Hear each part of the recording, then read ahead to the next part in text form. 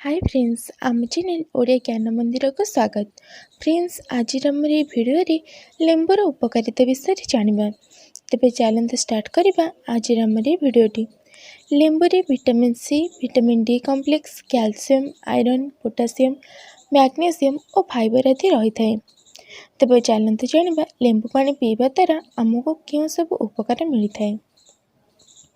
Fast लेंबुरे vitamin C थिबारु यह आम शरीर में रोग प्रतिरोधक शक्ति बढ़ाई थाए, हृत्पिंड जनित रोगर रक्षा करिथाए और रक्तचाप ह्रास करिथाए।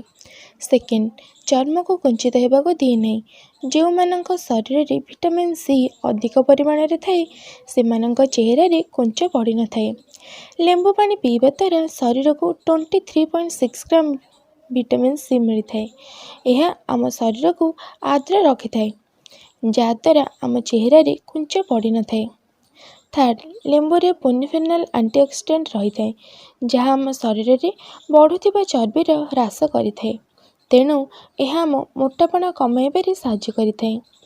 फोर्थ प्रतिदिन सकाळे खाली पेटरे लेंबु पानी पीवा द्वारा यह आमर कोष्ठकाठिन्य दूर करे एवं यह आम पाचन क्रिया को मध्य त्वरान्वित करिथाए।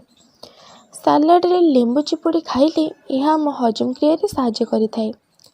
फिफ्थ केते लोकंकर पाटी दुर्गंध होइथाए। अदा, पियाज, रसुण, आमिष आदि खाद्य खाइबा द्वारा केते लोकंकर पाटीर दुर्गंध बाहरे, तेणु खाई सारिबा परे पानी रे लेंबु चिपुड़ी पीले आउ पाटीर दुर्गंध बाहरे नहीं।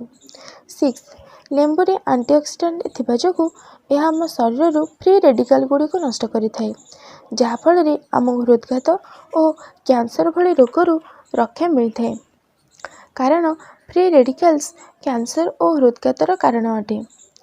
सेवेंथ खरा दिने लेंबु पानी पीवा द्वारा यह आम शरीर को हाइड्रेट करिथाए और खरा दिने आम शरीर जलाभाव को दूर करिथाए। 8 लेंबु पानी पीवा द्वारा यह आम किडनी स्टोन को मध्य कम करिथाए। लेंबु रे साइट्रिक एसिड थाए जहाँ आम किडनी स्टोन को मेल्ट करिथाए।